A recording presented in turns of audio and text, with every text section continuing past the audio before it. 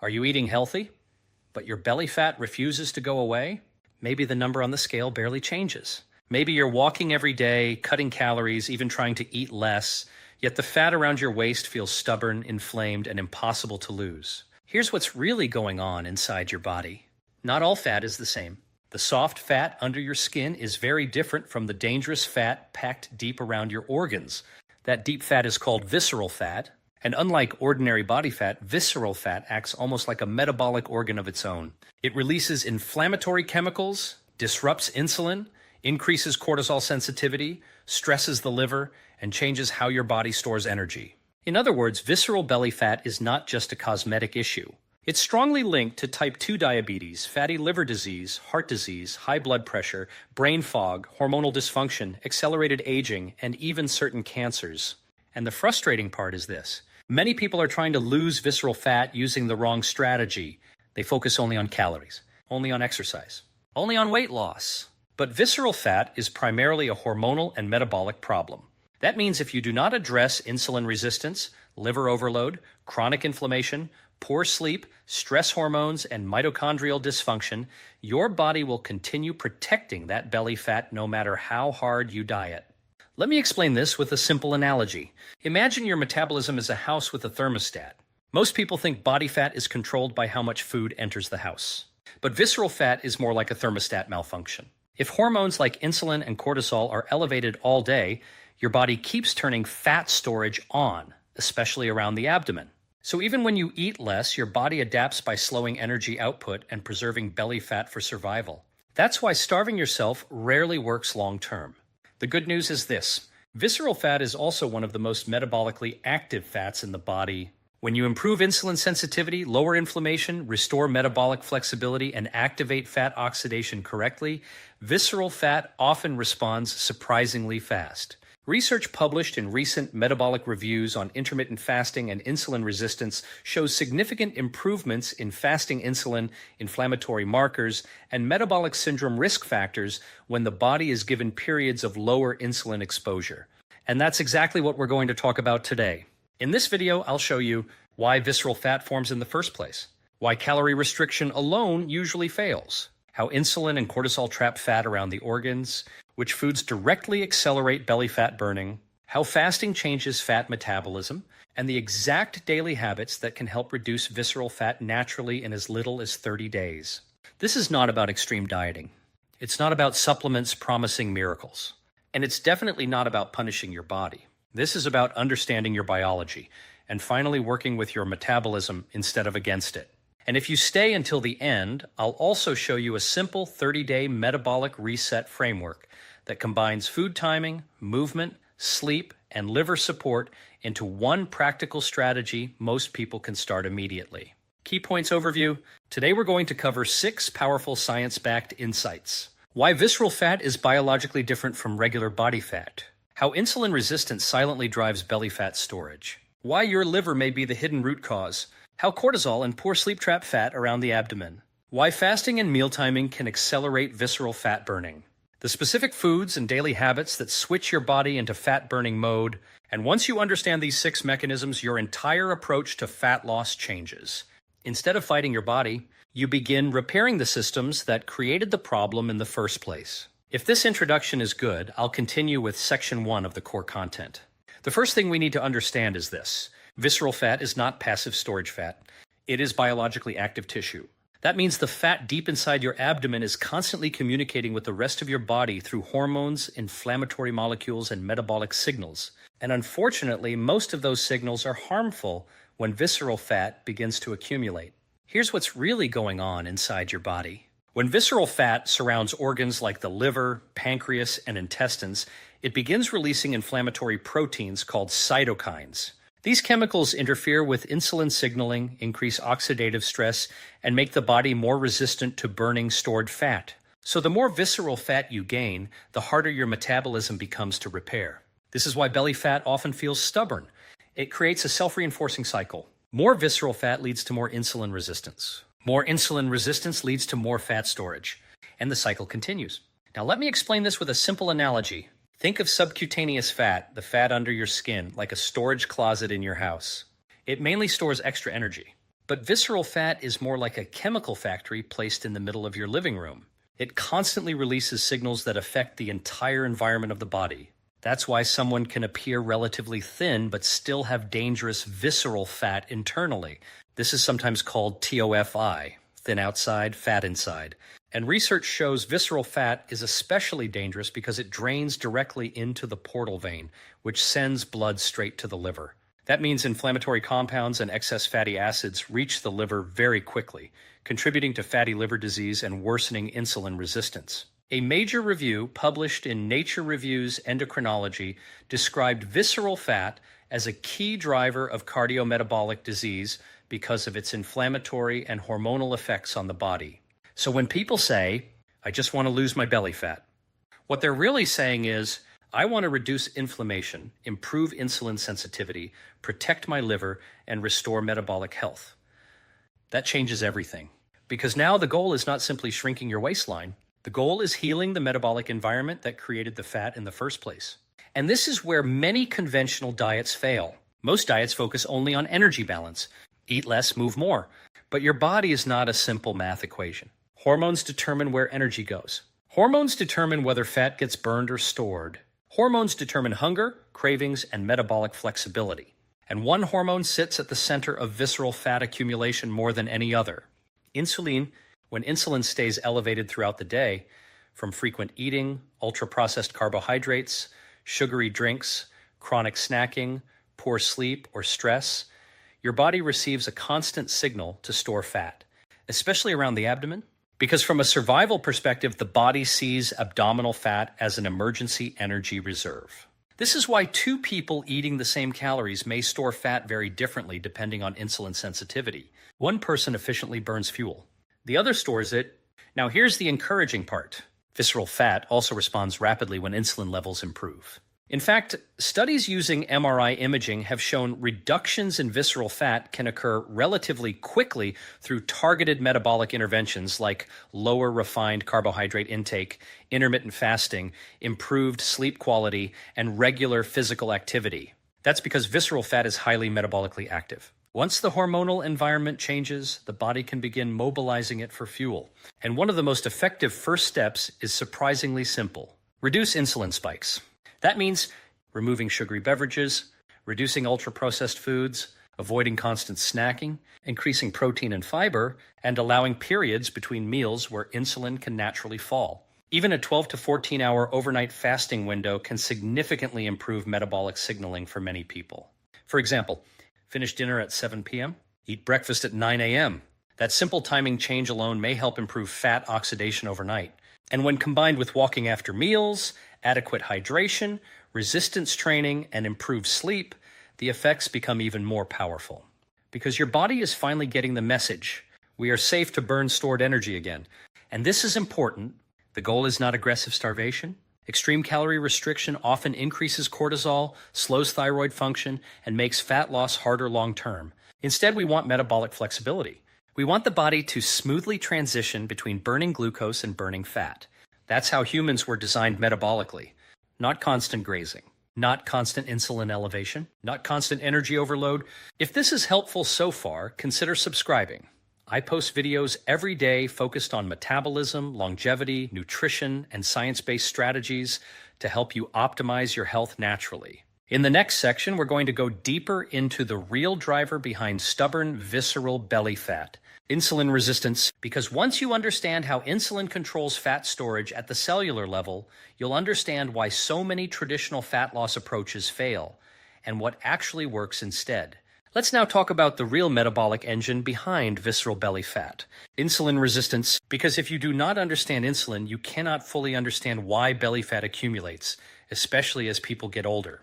Here's what's really going on inside your body. Every time you eat carbohydrates, your digestive system breaks them down into glucose. That glucose enters the bloodstream, and your pancreas releases insulin to move that glucose into cells where it can be used for energy. Under normal conditions, this system works beautifully, but the problem begins when insulin stays elevated too often for too long. Frequent eating, sugary drinks, refined carbohydrates, late-night snacking, chronic stress, poor sleep, physical inactivity. All of these create repeated insulin spikes throughout the day. Over time, your cells begin resisting insulin's signal, almost like becoming numb to it. So the pancreas compensates by producing even more insulin. And this is where visceral fat becomes a major problem. Because insulin is not just a blood sugar hormone, it is also one of the most powerful fat storage hormones in the human body. When insulin is elevated, fat burning becomes suppressed. Let me explain this with a simple analogy.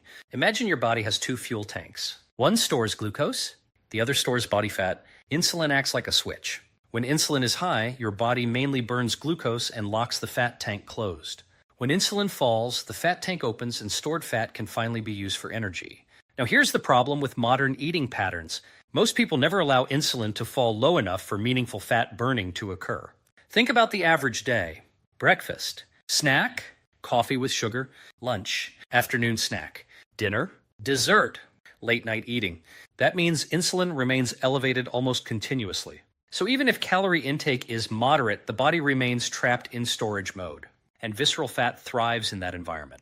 Research published in the Journal of Clinical Investigation has shown strong links between hyperinsulinemia, chronically elevated insulin, and visceral adiposity, metabolic syndrome, and fatty liver disease. Now, something very important happens when insulin resistance develops.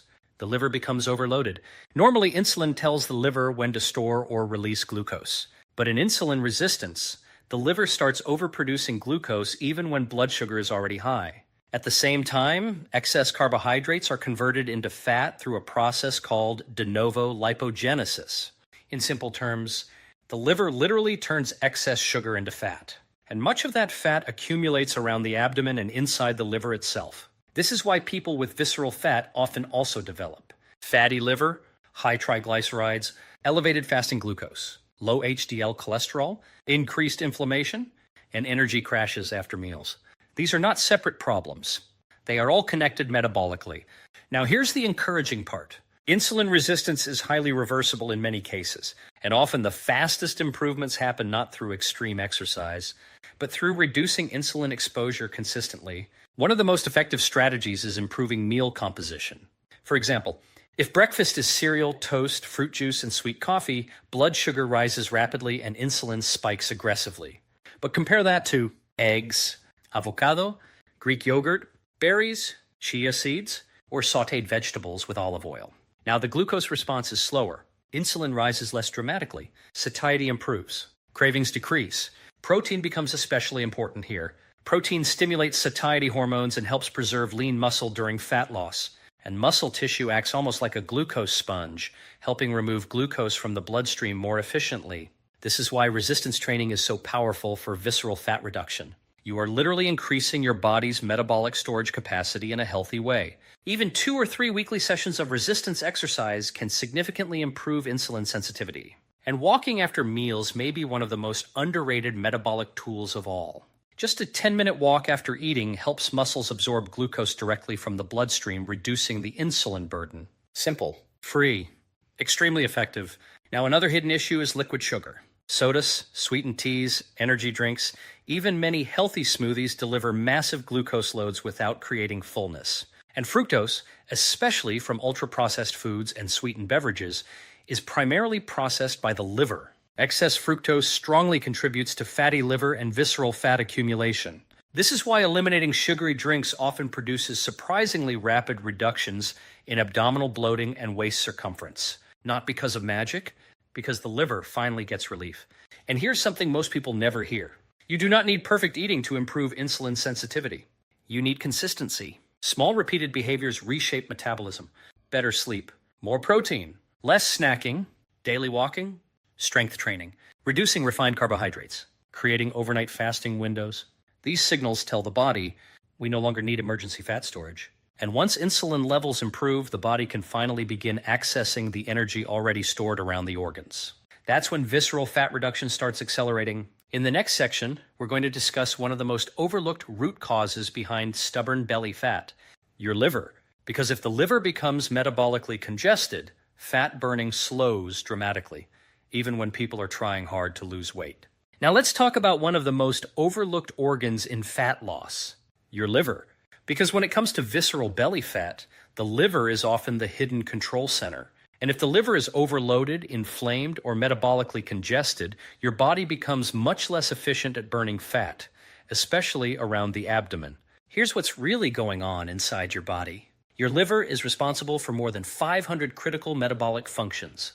It regulates blood sugar, processes toxins, stores nutrients, balances hormones, produces bile for digestion, and most importantly for today's discussion, it controls how fat is processed and distributed throughout the body. Think of the liver like the body's metabolic traffic controller. Every nutrient you consume eventually passes through it.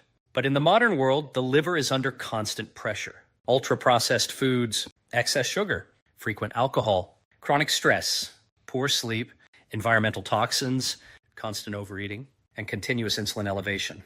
Over time, fat begins accumulating inside liver cells themselves. This condition is now called MASLD, Metabolic Dysfunction-Associated Steatotic Liver Disease, previously known as non-alcoholic fatty liver disease. And it has become incredibly common. Research suggests a significant percentage of adults now have some degree of fatty liver, often without realizing it. Here's why this matters so much for visceral fat. When the liver becomes fatty and insulin resistant, it loses metabolic flexibility. Instead of efficiently processing energy, it starts exporting excess fat into the bloodstream as triglycerides. Fat then accumulates around abdominal organs, worsening visceral fat storage. At the same time, the liver becomes less responsive to insulin signals, meaning blood sugar regulation worsens. So you end up trapped in a vicious metabolic cycle. Higher insulin, more fat storage, greater liver dysfunction, more inflammation, and even more visceral fat. Let me explain this with a simple analogy. Imagine your liver is a busy airport. Under healthy conditions, planes land and take off efficiently. Nutrients are processed smoothly. Energy is distributed correctly. But when the airport becomes overcrowded, delayed, and congested, everything slows down. Flights back up. Traffic increases. Systems malfunction. That's what happens metabolically when fat accumulates inside the liver. The entire fat-burning system becomes inefficient. And one major contributor is excess fructose. Now, this is important. Whole fruit is generally not the problem for most people. Fruit contains fiber, water, antioxidants, and polyphenols that slow absorption and support metabolic health. The bigger issue is concentrated industrial fructose, soft drinks, sweetened coffee beverages, processed desserts, high fructose corn syrup, packaged snacks, and excessive liquid calories. Unlike glucose, fructose is processed primarily by the liver, and when intake becomes excessive, the liver converts much of it directly into fat. A landmark review in hepatology showed that excess fructose consumption contributes significantly to fatty liver development and metabolic dysfunction. Now here's the encouraging part. The liver has an extraordinary ability to heal. When metabolic pressure decreases, liver fat can begin improving surprisingly quickly. In some studies, reductions in liver fat have been observed within weeks of improving diet quality and reducing refined carbohydrates. And once liver function improves, visceral fat burning becomes much easier.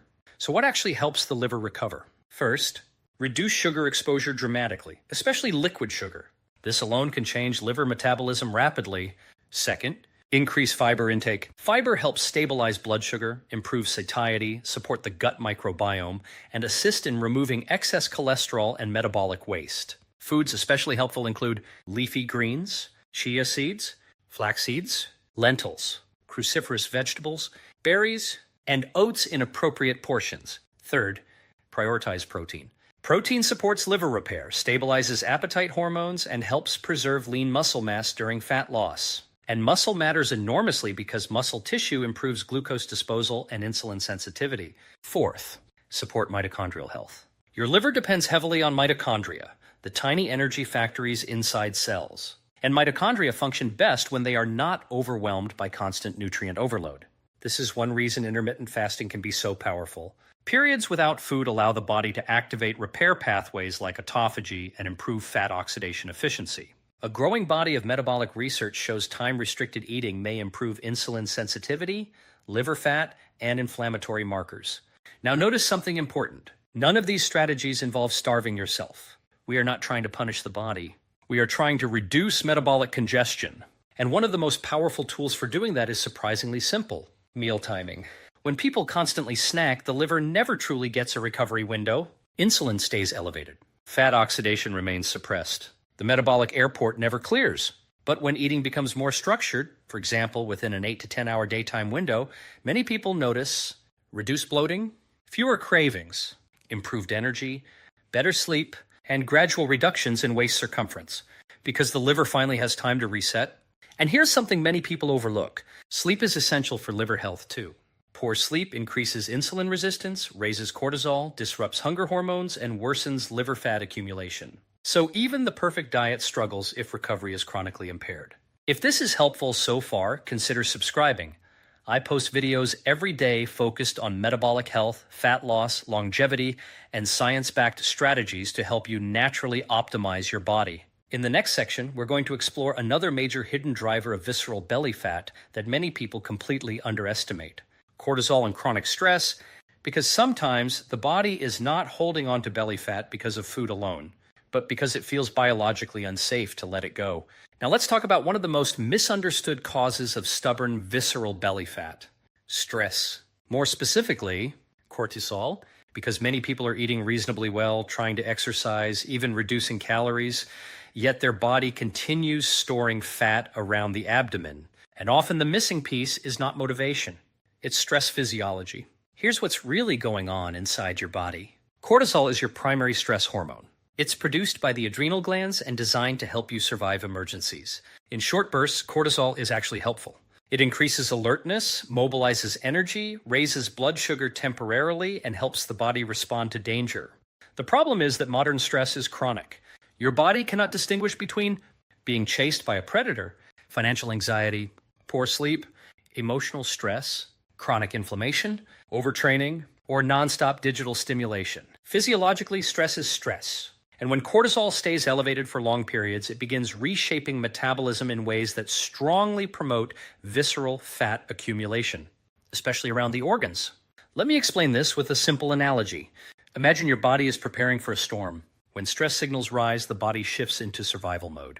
It becomes more protective with energy reserves. Blood sugar rises to prepare for emergency action. Fat storage increases, particularly visceral fat, because the body interprets chronic stress as a potential future threat. In other words, high cortisol tells the body, store energy, do not waste resources. This is one reason chronic stress and poor sleep are so tightly linked to abdominal obesity. Research published in Obesity Reviews has shown strong associations between elevated cortisol exposure, sleep disruption, and increased visceral adiposity. Now here's where things become even more important. Cortisol and insulin work together. When cortisol rises chronically, blood sugar rises, insulin increases, cravings intensify, appetite regulation worsens, and fat burning becomes less efficient. This is why stressed people often crave sugar, processed carbohydrates, salty snacks, and highly rewarding foods. The brain is seeking quick energy and dopamine relief, and unfortunately, that combination further worsens insulin resistance and visceral fat storage. Now, many people respond to this by becoming more aggressive: more cardio, more restriction, less sleep, harder workouts, more caffeine, less recovery. But sometimes that actually backfires, because excessive physiological stress can increase cortisol even further. The body begins interpreting daily life as a survival threat, and when the nervous system feels unsafe, fat loss often slows, especially visceral fat loss. This is why sustainable fat reduction requires metabolic safety. The body must receive signals that nutrients are available, sleep is sufficient, inflammation is decreasing, movement is supportive, and recovery is occurring. Now, this does not mean stress elimination. That's unrealistic. It means stress regulation. And one of the most powerful regulators is sleep. Sleep is not passive rest. Sleep is active metabolic repair. During deep sleep, insulin sensitivity improves, growth hormone supports tissue repair, appetite hormones rebalance, inflammation decreases, and cortisol naturally resets. But even one night of poor sleep can impair glucose regulation significantly. A study from the University of Chicago demonstrated that sleep restriction rapidly reduced insulin sensitivity in healthy adults. This helps explain why exhausted people often struggle with increased hunger, lower motivation, energy crashes, emotional eating, and stubborn belly fat. Their metabolism is operating under stress chemistry. So one of the most powerful visceral fat interventions may actually begin at night. Now let's talk about practical strategies. First, prioritize consistent sleep timing. Your circadian rhythm regulates metabolic hormones. Going to sleep and waking at similar times each day helps synchronize cortisol, melatonin, insulin, and appetite signaling. Second, reduce late night eating. Eating close to bedtime forces the body to process nutrients when it should be entering repair mode. This worsens overnight glucose control and may impair fat oxidation. Third, morning light exposure matters enormously. Natural sunlight within the first hour after waking helps regulate cortisol rhythm and circadian signaling.